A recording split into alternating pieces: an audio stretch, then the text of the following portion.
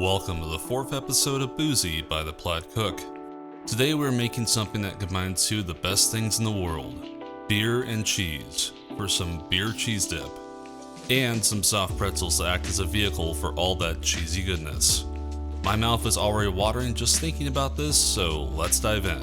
First up, let's make some beer cheese dip. Get a medium saucepan over medium heat and toss in 3 tablespoons of butter. Let the butter melt completely before adding in 3 tablespoons of all-purpose flour and whisking until all the butter has been absorbed into the flour. Let it cook for an extra 30 seconds and then add in 12 ounces of beer. For this, I'm using Samuel Adams Boston Lager, but you can use just about any lager you want to, or even a stout. Just note that whatever the dominant taste in the beer is, will be the dominant taste of the dip. Once all the beer has been added and all the lumps have been dissolved, add in 1 cup of heavy cream and stir for roughly 3 more minutes until the mixture has thickened.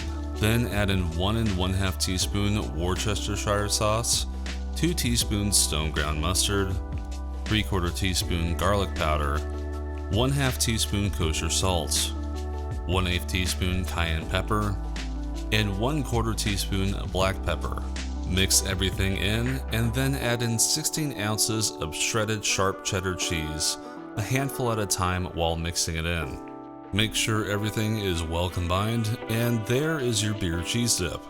But before digging in, let's make some soft pretzels to go with it. Grab a large mixing bowl and add in 1 1/2 cups warm water, which should be somewhere around 100 degrees Fahrenheit.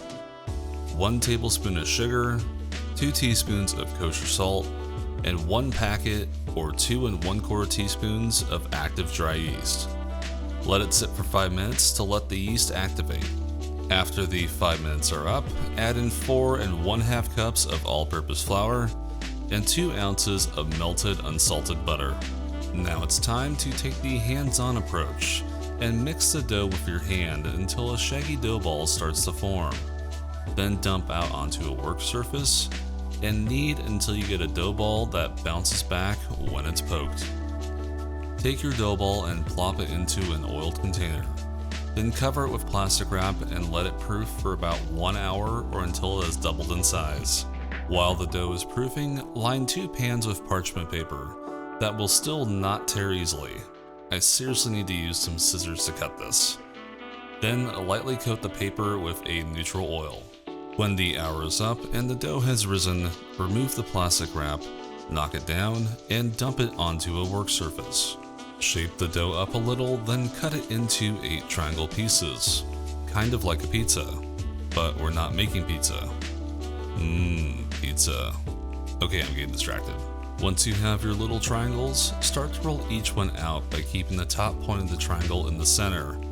Once they reach about 20 inches long, take the ends and make a giant U. Then fold the ends over, give it a twist, then bring it back around and gently press them into the bottom of the U. Once all the pretzels are shaped, take a deep pan on high heat and add in 5 cups of water. Get the water to a boil, then turn the heat down to low and add in your baking soda. Be careful when adding this into the hot water, as it will make it want to boil over. Stir to dissolve completely.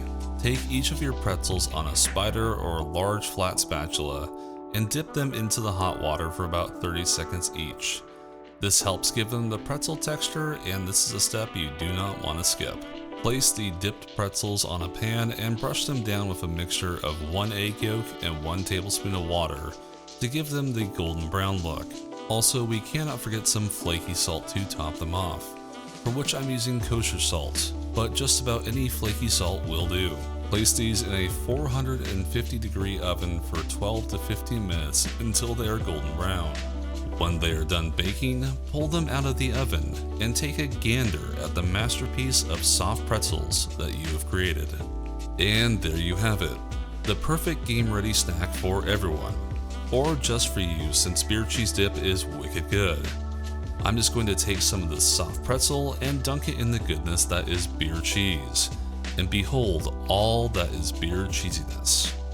The soft pretzel acts as a perfect vehicle for the beer cheese dip, which tastes really good with the mix of cheddar cheese and a good lager. In fact, this tastes so good, I'm just going to take this off camera and devour it like a beer cheese dip starved monster.